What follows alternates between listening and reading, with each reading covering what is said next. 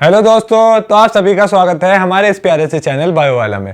आज हम पढ़ेंगे कॉन्ट्रासेप्टिव का परमानेंट मेथड। कॉन्ट्रासेप्टिव के परमानेंट मेथड में दो तरीके के आते हैं, एक ट्यूबेक्टोमी, एक वैसेक्टोमी। वैसेक्टोमी मेल्स में की जाती है और ट्यूबेक्टोमी फीमेल्स में। हमने इससे पहले पढ़ लिया था कॉन्ट्रासेप्शन में दो तरीके के मेथड होते हैं, एक परमानेंट मेथड, एक टेम्परेरी। टेम्परेरी हमने पढ़ लिए चारों। टेम्परेरी में कौन कौन से आ रहे थे? टेम्परेरी में आए थे natural method, barrier method, IUDs, hormonal method. और आज हम पढ़ेंगे परमानेंट मेथड। परमानेंट मेथड में वैसेक्टोमी है और है ट्यूबेक्टोमी। तो सबसे पहले हम शुरू करते हैं वैसेक्टोमी। वैसेक्टोमी किस में की जाती है? मेल्स में। आप सभी ने सुना होगा पहले नसबंदी की जाती थी, वो नसबंदी यही है, वैसेक्टोमी को ही नसबंदी कहते हैं। ये मेल्स में की जाती है। इसमें ट्रांसपोर्ट स्पर्म का रोक दिया जाता है और vas deferens is cut and tied. मतलब वास डिफरेंस है जो कि स्पर्म का ट्रांसपोर्ट करती है, उसे काट के सिल दिया जाता है दो उसमें कि वो बिल्कुल बीच से अलग कर दिया जाए ताकि स्पर्म का ट्रांसपोर्ट ना हो सके।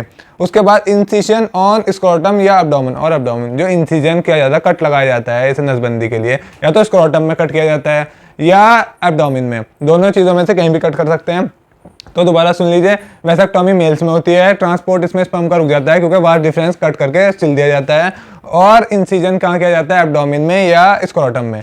उसके बाद आती है ट्यूबेक्टोमी। ट्यूबेक्टोमी की जाती है फीमेल्स में। ये भी सेम है, जैसे मेल्स में होती है ऐसे ही फीमेल्स में होती है, और इसमें ट्रांसपोर्ट ओवा का रोक दिया जाता है। Transport of ova is stop.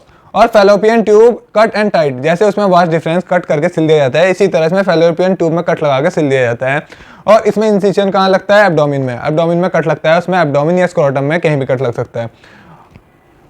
अब हैं इसके साइड इफेक्ट कि हमने जितने भी कॉन्ट्रासेप्टिव मेथड पढ़े उसके साइड इफेक्ट क्या क्या हैं।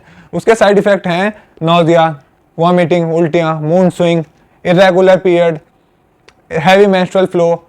इरेगुलर मतलब मेंस्ट्रुअल पीरियड जो इरेगुलर हो जाती है, उसमें हर हैवी मेंस्ट्रुअल फ्लो, बहुत ज़्यादा खून निकलने लगता है। इन सम केसेस ब्रेस्ट कैंसर भी हो जाता है, किसी किसी केस में ब्रेस्ट कैंसर भी। ये सब कुछ बर्थ कंट्रोल के साइड इफेक्ट हैं। एक बार दोबारा से जल्दी से देख लीजिए, कॉन्ट्रासेप्शन का परमानेंट मेथड में हमने पढ़ा वैसेक्टोमी, ट्यूबेक्टोमी। वैसेक्टोमी में मेल्स में की जाती है, इसमें वास डिफरेंस को कट करके सिल दिया जाता है ताकि स्पर्म का ट्रांसपोर्ट रुक सके। उसके बाद इसमें इंसिजन कहाँ लगता है? स्क्रोटम में या एब्डोमेन में। सेकेंड है ट्यूबेक्टोमी, ये फीमेल्स में होती है, इसमें ट्रांसपोर्ट किसका रुकता है? ओवा का, क्योंकि फैलोपियन ट्यूब को कट करके सिल दिया जाता है, और इंसिजन कहाँ लगता है? इसमें एब्डोमेन में। उसके बाद जितने भी हमने कॉन्ट्रासेप्टिव मेथड पढ़े वो सब उनके कुछ साइड इफेक्ट थे। उनके साइड इफेक्ट क्या क्या हैं? उनके साइड इफेक्ट है nausea, vomiting, mood swing, irregular menstrual period, heavy menstrual flow, या इन सम केसेस किसी किसी केस में ब्रेस्ट कैंसर तक हो जाता है। तो उम्मीद है आपने सब कुछ अच्छे से पढ़ लिया होगा। आज हमारा कॉन्ट्रासेप्टिव मेथड बिल्कुल खत्म हो गया है। इससे बाहर ना तो नीट में ना ही बोर्ड में कोई सवाल बनेगा। ये बहुत ज़्यादा इंपॉर्टेंट है नीट और बोर्ड के लिए।